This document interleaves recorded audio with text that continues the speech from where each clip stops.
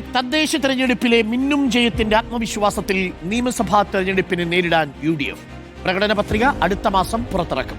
വമ്പൻ ജനപ്രിയ പ്രഖ്യാപനങ്ങളുമായി തെരഞ്ഞെടുപ്പിന് തയ്യാറെടുക്കാനാണ് നീക്കം.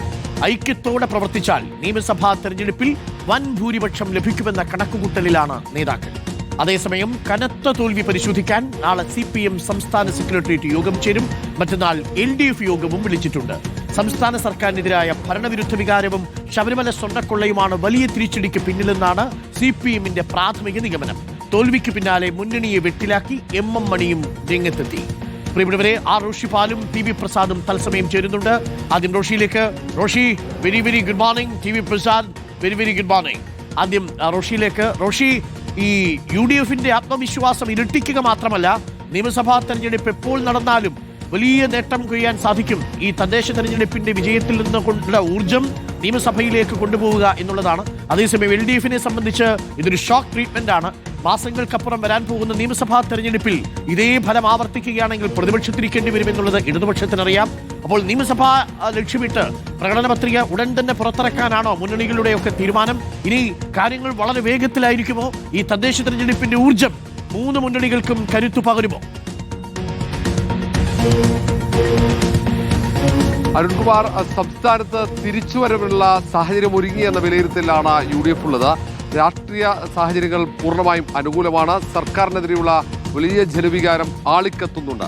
അതുകൊണ്ട് തന്നെ UDF ഈ ഒരു ജനവികാരം അത് തുടർന്ന് കൊണ്ടുപോകുക. ഇത് നിയമസഭാ തെരഞ്ഞെടുപ്പ് വരെ സർക്കാരിനെതിരെ വികാരം ആളിക്കത്തിക്കാനുള്ള എല്ലാ ശ്രമങ്ങളും ഉണ്ടാകും. സമരങ്ങളുണ്ടാകും, വിവിധ പ്രചാരണ പരിപാടികളുണ്ടാകും. അതിനൊപ്പമാണ് ജനപ്രിയ പ്രഖ്യാപനങ്ങൾ. UDF സർക്കാർ അധികാരത്തിലെത്തിയാൽ ജനോപകാരപ്രദമായ നിരവധി പദ്ധതികൾ അത് കൃത്യമായി വളരെ നേരത്തെ തന്നെ ആസൂത്രണം ചെയ്തുള്ള ഒരു പ്രകടന പത്രിക അത് പ്രഖ്യാപിക്കാനുള്ള നീക്കമാണ് നടക്കുന്നത്.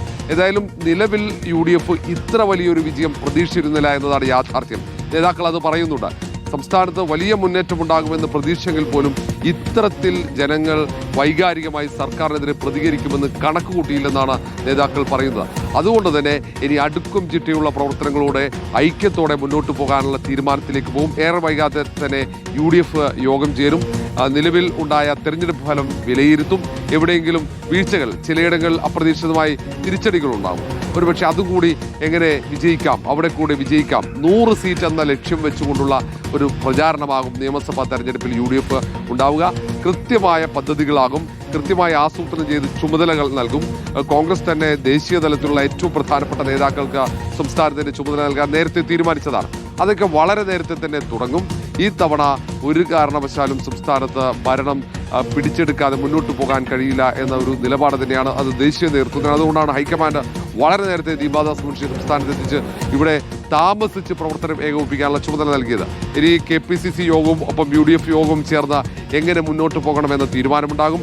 കാരണം ജനുവരിയിൽ നിയമസഭാ സമ്മേളനമുണ്ട്. ആ സഭാ സമ്മേളനം ഉൾപ്പെടെ കലുഷിതമാക്കാനുള്ള തീരുമാനമെടുക്കും.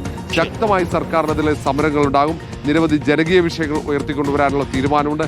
അങ്ങനെ വരും ദിവസങ്ങളിൽ സംസ്ഥാനത്ത് നിരവധി ജനകീയ വിഷയങ്ങൾ, രാഷ്ട്രീയം ചർച്ച ചെയ്ത് മുന്നോട്ട് പോകാനുള്ള തീരുമാനം തന്നെയാണ്. പ്രത്യേകിച്ച് ശബരിമല സ്വർണ്ണക്കൊള്ള അത് വിശ്വാസികൾക്ക് വൈകാരികമായ ഒരു വിഷയമാക്കി മാറ്റാൻ ഈ തെരഞ്ഞെടുപ്പിൽ സാധിച്ചിട്ടുണ്ട് എന്ന വിലയിരുത്തലിലേക്ക് UDF എത്തുന്നുണ്ട്. അതുകൊണ്ട് നിർണായകമാണ് വരുന്ന ഓരോ ദിവസവും എന്ന വിലയിരുത്തലാണ് UDF നേതാക്കൾക്കുള്ളത്. ഓക്കെ.